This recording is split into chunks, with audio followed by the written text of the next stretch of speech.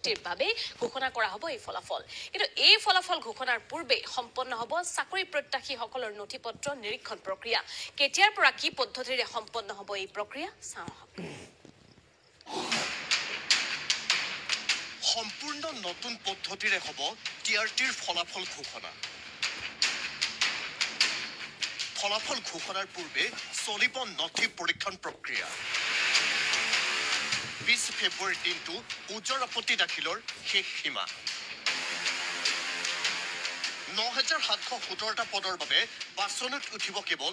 ৯,৭১৭ গৰাকী মেধা সম্পূৰ্ণ নতুন পদ্ধতিৰে তথা নিৰ্ধাৰিত সময় সাপেক্ষভাৱে ঘোষণা হ'ব ৰাজ্যত প্ৰথমবাৰৰ বাবে অনুষ্ঠিত টেট কাম ৰিক্ৰুইটমেণ্ট টেষ্টৰ ফলাফল সকলো ঠিকে থাকে থাকিলে মাৰ্চৰ মাজভাগত ঘোষিত হ'ব এই ফলাফল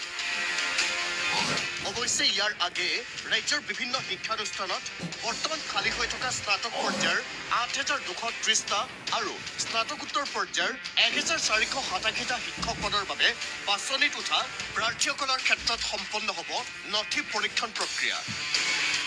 সকলো ঠিকে থাকে থাকিলে ফেব্ৰুৱাৰীৰ প্ৰথম সপ্তাহৰ পৰা আৰম্ভ হ'ব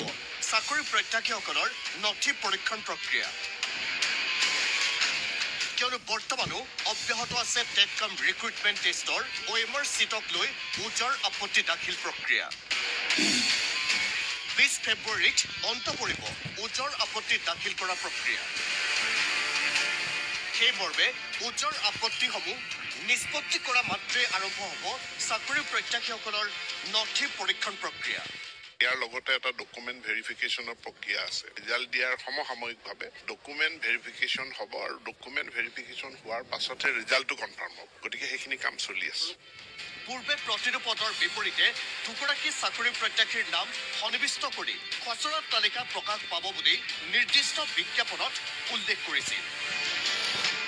কিন্তু শেহতীয়া সিদ্ধান্ত অনুসৰি প্ৰতিটো পদৰ বিপৰীতে কেৱল এজনকৈহে চাকৰি প্ৰত্যাশীৰ নামহে বাছনিত উঠিব আৰু সেইসকল বাছনিত উঠা প্ৰাৰ্থীসকলক সামৰিয়ে প্ৰথম পৰ্যায়ত খচৰা তালিকা আৰু নথি পৰীক্ষণৰ পাছত চূড়ান্ত তালিকা প্ৰকাশ পাব লগতে এটা পদৰ বিপৰীতে একাধিক প্ৰাৰ্থীয়ে সম নম্বৰ লাভ কৰিলে জন্ম তাৰিখ অনুসৰি জ্যেষ্ঠতাৰ ভিত্তিত সম্পন্ন হ'ব সংশ্লিষ্ট পদৰ বাছনি প্ৰক্ৰিয়া তৎসত্ত্বেও যদি এই পদ্ধতিৰে বাছনি কৰাত জটিলতাৰ সূচনা হয় তেন্তে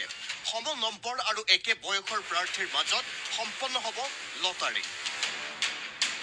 এই প্ৰক্ৰিয়া সম্পন্ন কৰিব মাধ্যমিক শিক্ষা সঞ্চালকে লগতে যিসমূহ প্ৰাৰ্থীয়ে স্নাতক আৰু স্নাতকোত্তৰৰ বাবে নিৰ্ধাৰিত উভয় পদতে বাছনি লাভ কৰে তেন্তে স্নাতক পৰীক্ষাৰ বাছনি তালিকাৰ পৰা স্বয়ংক্ৰিয়ভাৱে বিলুপ্ত হ'ব সংশ্লিষ্ট চাকৰি প্ৰত্যাশীৰ নাম